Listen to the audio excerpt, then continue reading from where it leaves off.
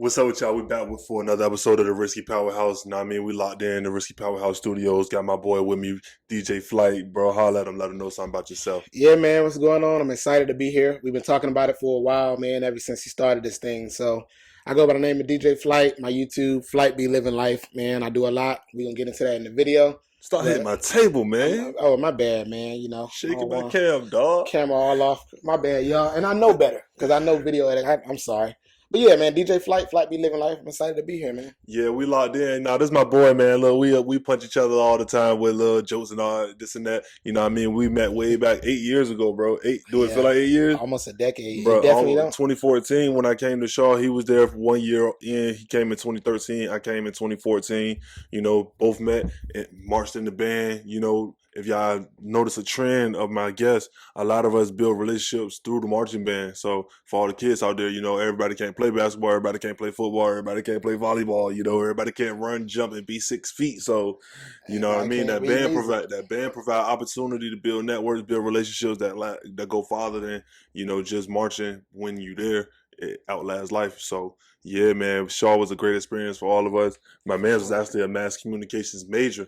So with them mentioning all his vlogging videos, actually being a DJ, knowing how to handle your turntable, getting gigs and all that stuff like that, bro, that's your field. That's your alley right there. Yeah, I've been loving media ever since I was little, since the tape recorders, man. I used to go to school in elementary with a tape recorder when I rapped and rap over a beat and play it back, you know what I'm saying? So I've always been in the media, so it's been my passion. Yeah, I was a business major, accounting minor, so you know, along the way of creating the Risky Powerhouse, I'm an independent entity. However, along the way, you know, it's gonna be people that put you in position, you know, give you advice, you know, kind of lead you in a way that you can cover up some of those mistakes that you might have made from ignorance in a certain field that you're not comfortable in. And my boy Devin, man, he definitely was a big piece and played an instrumental role in me understanding all of what I was getting into in terms of the editing, in terms of the recording, the reason I have these microphones now and all of that stuff. So, bro, right here, right now, bro, I just want to let you know, bro, I appreciate that. And I mean, that go a long way because, you know, that really put me on the runway to take my plane off. Yeah, of course, man. That's what it's all about, man, being loyal. You know what I'm saying? You don't go 8 years for no reason. So you know what I'm saying? When you got something that can help somebody that you love and that's been there for a long time, you do it. You know what I'm saying? So that's all it's about. And I mean, that knowledge is all about education. You know, first of all, a lot of people know what they want to do. They got an idea of some things that they might be good at, but they just don't know how to go about doing certain things because of the ignorance. You know, just watching YouTube videos, trying to teach yourself, trying to read up on different ways to establish a brand and stuff. Right. You know, you're gonna make a lot of mistakes if you just go blind. Like for example, the output interface that I bought, and I needed an input interface. I had a conversation with this man, and over a FaceTime call, I'm showing him why it's not working for me, and he just let me know, dog, you got something that's for output, and you need something that's for input that's going to record your voice. So I wasted $85. I never got rid of the output interface. I still have it, but I never used it as of yet. So, you know, maybe it might come in handy down the line, but that was wasted money at the time where I could have just went on ahead and got what I needed if I would have known. Yeah, but I mean, I think with anything that you start with in life, when you start taking it seriously, you're gonna have to lose money in the beginning in order to get the money you're trying to get to. Even if it's not even about the money, but you're gonna have to lose something to get what you're trying to get to in the input. And I think that $85 loss was just a part of your goal to get to where you're gonna end up at. Yeah, man, and that's a part of going to college, right? Exactly where we met. You know, betting on yourself, believing in yourself. You know.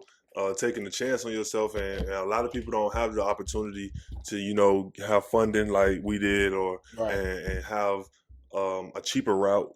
So so that investment in yourself, you got to believe in the work that you know you're gonna put in when your chance comes, and that's kind of what spending that money kind of represents. And in those days at Shaw, you know, we had a lot of days during the off season where there was no band. It was no fun, nothing to do. We was out there in the park balling, bro. A lot of people think I'm not, you know what I mean, I'm not equipped on the court. Like I don't got no game. You feel me? I'm 6'7" and I make basketball videos, but I never played organized basketball. I was in the band. but I got a witness, bro. Hey, bro, if you had to name 2 or 3 players to describe me in a nutshell, what would that be? Who would that be? Excuse me. Player wise, I would definitely probably say like somebody like LaMarcus Aldridge. The midi. I'm telling you, I got the midi, but I got a good 17 footer on me, bro. So that's probably like my top person I would compare you to, and then you know what I'm saying. Maybe some Frank Ntilikina in there. Just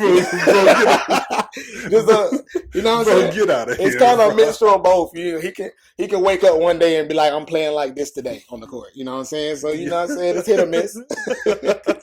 But no, LaMarcus Aldridge for sure though. Hey, nah, dude, funny, bro. Hey, dude said Frank Ntilikina, bro. He trash, bro. You know, But Frank had an opportunity in New York. You know what I mean? Establish a role for himself. And he just couldn't get it going, bro. Dude is absolutely garbage. But yeah. So coming up, know what I mean, who are some of your favorite players? We both grew up in the same era of basketball, you know, that 2000s era, you know, high defense, low scores. Favorite players, you know what I mean? LeBron, T-Max, Allen Iverson, all those dudes. So who are some of your favorite players?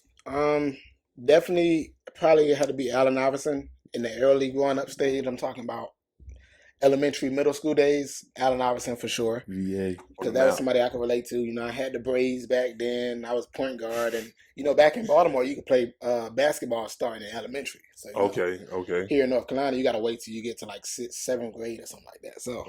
So yeah, back then, around that time frame, AI for sure.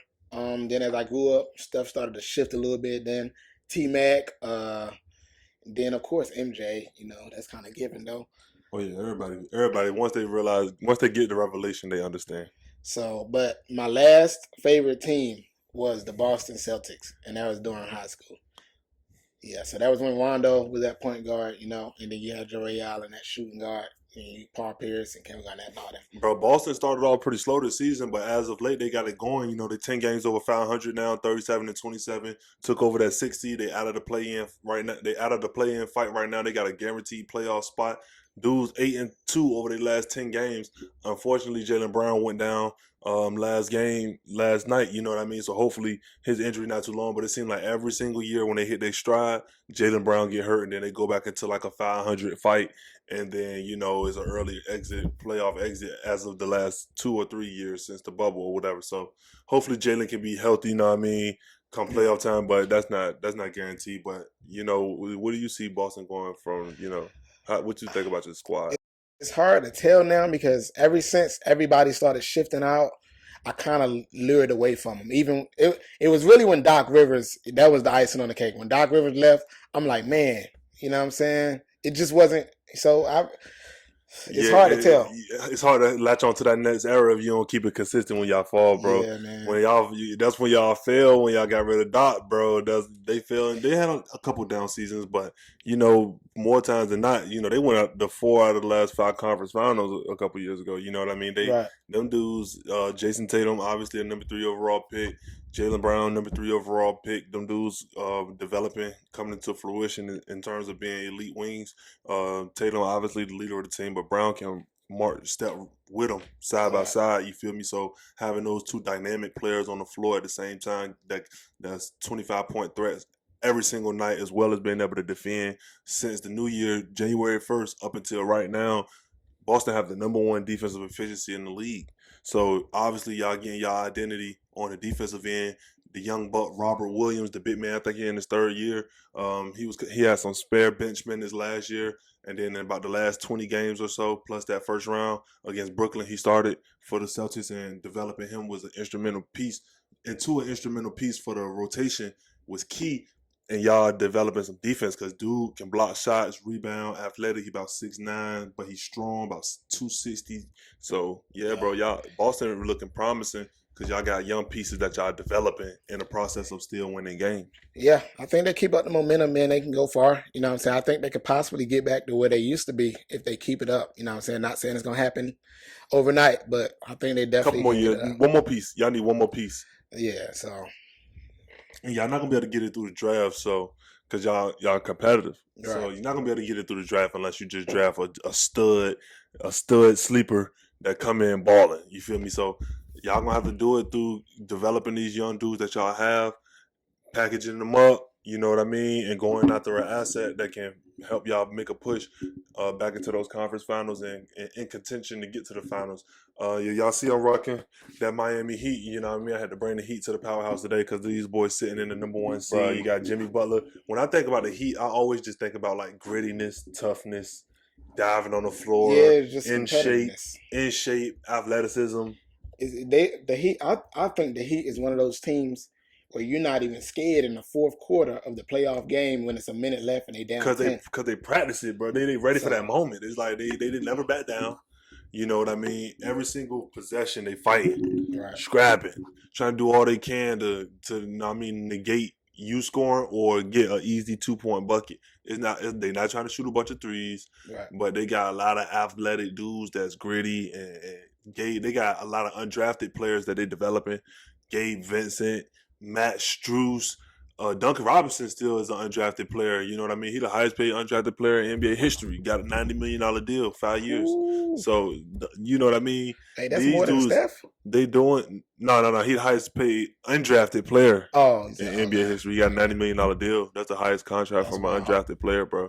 Duncan Robinson, you know, what Miami doing is what I said y'all gonna have to do. Y'all not gonna be able to do it through the draft because y'all draft picks not gonna be valuable. So y'all gonna have to find some studs, find some diamonds in the rough in the G League that's been fighting and give them a chance and make them earn, you know, a 6th, 7th man spot maybe. And then once they get to a certain level, you can maybe sign them to a bargain long-term deal where you can get 4 years, $25 million, and they happy to sign that $25 million because they didn't have an opportunity 2 years ago. You feel me? Right.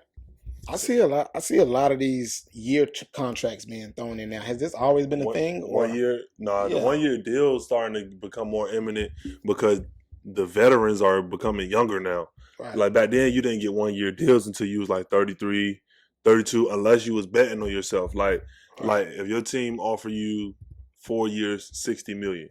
You like, bro, I'm $100 million player, bro. You'll take that 1 year deal and bet on yourself that you're gonna get that $100 million that summer. You feel me? So that way, that's the only way young players used to get it. But now it's like players like Andre Drummond, he like 27, 28 years old, 1 year deal, backup, big man. Right. You know what I mean? It's like almost like now you got to be a star to get a 4 year deal. Okay, so I get it. So it's kind of a way of the teams keeping flexibility. Yeah, not really locking them in for so long just in case, you know, they getting too old or something like that. That's why it's meant for the older players. Low risk, high reward. If they play well, cool. If they don't, we can put them at the bottom of the bench because they're making the least amount of money on the roster. Right. Yeah. But it's crazy how when you look at contract situations like the Lakers, you got Russ locked up for multiple years if he take the player option. LeBron, AD, and I think Taylor Horton Tucker. I think Kendrick Nunn have a player option next year, and everybody else on 1 year deals. LeBron really had some good movement, man, around the NBA. It's like, I don't know, has he been on a garbage team yet, or has he just been making the teams every time? I mean, people say he obviously got an input. Yeah. A lot of people put all the pressure on him just in terms of just like, oh, LeBron put the team together. Da, da, da. At the end of the day, he a player. Yeah, you know what I mean. Sure. But a lot of people put that pressure on him just because he do got input. But you know, he definitely have a say. But their team right now, bro, they 6 games under 500. They lost to the Clippers. They just lost a close game to Dallas. Bro, Luka was roasting LeBron in the fourth quarter. Roasting him. Fadeaways. I might have to get a Luka Doncic jersey after that one, bro. Yeah. I still don't have a Luka jersey. I might have to get one after that game. Yeah. I definitely been seeing a little bit of him too. But Luka is, listen, man. He is a different animal. Like, he's 23. He just turned 23 years old a few days ago. The dude is a walking 28 points, 8.5 assists, 8.5 rebounds. He controls pace. He can get everybody else involved. And now Jason Kidd, they just switched their coach. They got rid of Rick Carlisle, the older coach that coached Dirk. They went on ahead and let him walk. They bring in Jason Kidd, and now they got a top 7 defense in the league, bro.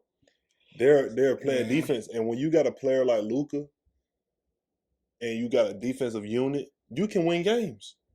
Yeah, for sure. And speaking of Jason Kidd, I forgot to mention him too. That was one of my top ones back in the day too. Like when Street Volume 2 and all that was, man. Bro, Street Volume 2, what you know about that, bro? I had the game, bro, on Bro, PlayStation 2. PlayStation 2. I Yes, had the sir. I had a game, bro. PlayStation 2 when I Had was a Volume young. 1 and 2. Hey, man, y'all drop comments in the comment section. What game systems did y'all have coming up back in the day? Xbox, GameCube, PlayStation 2. That was my era right there. That was right before the Xbox 360 was my era. The real 90s babies had all of them. That's all I'm going to say. Bro, I didn't have all of them. My mom wasn't built like that. The real, You know what I mean? look, My mom said, look, look, I'm either. gonna get y'all this game and Look. y'all gonna all share it. Y'all gonna all play it. Look, it was 4 of us, right? We had to get a multi-tap. So dudes had the PS2. My bad, I'm still tapping the table. Dudes had the PS2. Dad might have sent the Xbox a year and a half, 2 years later. Yep. You know what I'm saying? And then the GameCube was at the cousin's house. So we didn't physically have them all. But you know what I'm saying? The cousins might have had this. Oh, well, you know what I'm saying? My cousin L had the GameCube and the Xbox. We had the P2. My cousin Maya had the P2. Yeah. But think about that era, bro. It was so advanced. We had the Game Boy Color, the Game Boy Advance, the Game Boy SP, the PlayStation 1, the PlayStation 2, the Xbox, the GameCube. Bro, it was so many game systems, bro. So much to do. Bro, the PSP was way before its time. The PSP was so before its time. They need to redrop a new. Can you imagine a 4K PSP right now? It'll go crazy, bro. They probably already working on it. They tried it with the PS Vita, but. Bro, hey, look, I'm about to tap into that game world too, man. 2K23 need to hurry up so I can get this other channel going. But that's later on this year. Y'all stay tuned. Idea, bro. The portable PS5 or something like that with 4K, 5K video. Bro, that'll be absolutely stunning, bro. Yeah, absolutely stunning. So, look, I got a question for you, bro. Hey, look, DJ Flight. Right. DJ Flight. How do you plan to brand yourself outside of selling music through your tracks or actually DJing yourself? How do you plan to brand DJ Flight to outlast your lifetime? Well, I don't. Well, actually, I got a lot of stuff that I do outside of music itself. So music is probably like the least tier thing that actually brings income into my life. A lot of people don't know that, but it's a lot of stuff on the back end that I do. Like I trade. I'm into crypto, stocks, foreign exchange. Okay. So that brings in income a lot. You know what I'm saying? So I own a few businesses, few companies. So yeah, outside of music, just business in general is what I do. You know what I'm saying? So that's how I plan to brand myself bigger than music. Yeah, man, I got a lot of things that I'm brewing up. You know what I mean? I've been working on trying to get this production going, man. I got some things going, and obviously taking the Risky Powerhouse outside of making videos in the Risky Powerhouse. You know, the most luxurious suite of the Risky Powerhouse studios. Yeah. I'm obviously trying to get outside of just doing this. You know, it's trying to take it outside of the camera. You know, and really put together some big shows. Put together a apparel line. Right. Put together an actual service. Actually get the people involved. Provide entertainment. Give them the people what they want, basically, man. So yeah, that's what this is all about. Just actually taking the money you make and putting it into your dream. And then once you put in enough work, you can put in 5 years, 6 years, 7 years. But once you finally get that break, you'll pay yourself. You'll pay back those 7 years in one. You know what I mean? So yeah, for sure. You just gotta stay consistent, keep it pushing. That's why pushing out these videos now, bro. Yeah, we need that merch, man. We need the merch, bro. I'm telling you, this summer I'm trying to get some things going, bro. Really trying to get it going because that's the next thing. The Miami Heat hoodie is nice and all, but I love to have a Risky Powerhouse hoodie right now, right? Yeah, man. I'm supposed to be coming in wearing it, man. I'm telling you, that's the next step, bro. That's the next step for sure. But like you said, one step at a time. We got the account monetized, before the new year. So Sure. Right now it's just about putting it down there and building subscribers, getting everybody going. If y'all made it this far in the video, by the way, y'all should definitely leave it a like, help channel grow. Leave a healthy comment, you know what I mean? Anything y'all disagree with or agree with, and anything that we said throughout the course of the video, you know what I mean? Just let me know what y'all think in the comment section. I'll be dibbling, dabbling in the comment sections. I'll definitely be looking. So yeah, and if y'all new to the channel, definitely subscribe for sure. So yeah, like you said, the Celtics is your favorite team. Those dudes is actually doing pretty well.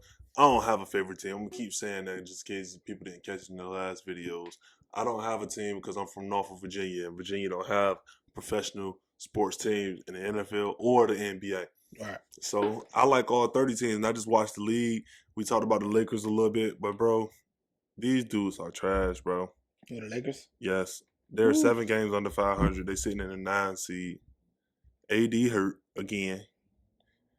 It just seemed like their body language. They quit the other night. The other night they lost by like 20 something, and then they came in versus Dallas. They was down by 21. They came back. They was up by 6 with like 3 minutes left, and they lost the game.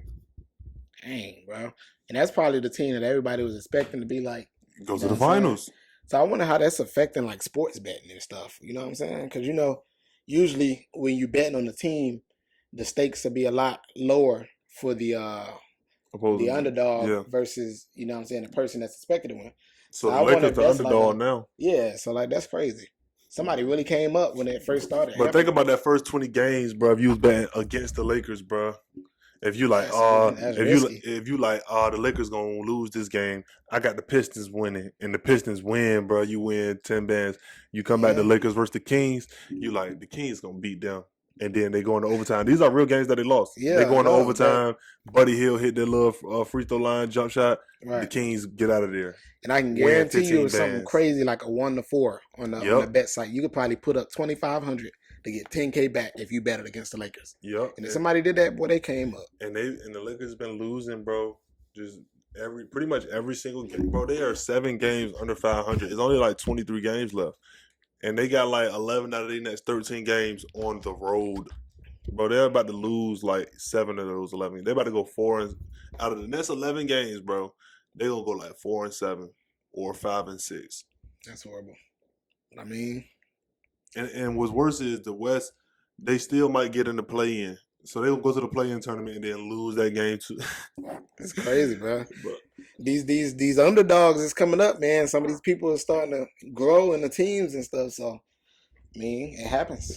Bro, yeah, man. But yeah, right. We sitting here, bro. It's March 2nd, Wednesday. We chilling. 6:50. The game's about to come on. I'm about to get up out of here. My boy DJ Flight pulled up to the Risky Powerhouse Studios to chop it up with your boy, and I appreciate that. Appreciate you coming through. Like I told y'all, my man put me on a lot of game, man. So, you know what I mean? Y'all should definitely go slide to that Real DJ Flight Instagram. If y'all need any invoices or anything done, you know what I mean, on getting some advice on how to get y'all podcast going. That's my man to talk to. He can get you right. So, yeah, man, I do it all. Make sure everything right when y'all come through, and we'll get it going, man. So yeah, it's all about growth, growing your own entity, being more than just yourself, not working. Work for somebody so that you can provide the work for yourself, bro. And once you're working for yourself, you hire somebody else and you empower them to start their grind so that they can work for themselves and hire the next person. Yep. That's how it goes, bro. That's all it is, man. Consistency and really taking that leap of faith and doing what you really want to do. Like, yeah, I ain't take no leap of faith. Yeah, I still work overnight at UPS. You know what I'm saying? I need that check. I mean, that's still, you know what I'm saying? That's a part of it. That's a part of it. That's a part of it. It's different stages to it, but you know what I'm saying? That's a whole nother video. You know what I'm saying? So I might make a video on my channel about that, about basically just entrepreneurship and money in general in life. So if y'all want to know more about all that stuff, you know what I'm saying? Yeah, I'm sure he'll put my channel in the description. Yes, sir. And yeah, we can talk about all y'all want to talk about. All right, yeah, man. I'm Risky. Your boy DJ Flight pulled up. We out of here, man. Y'all will see me later. Thanks, bro. Appreciate you. And run that tape. Yeah, gang.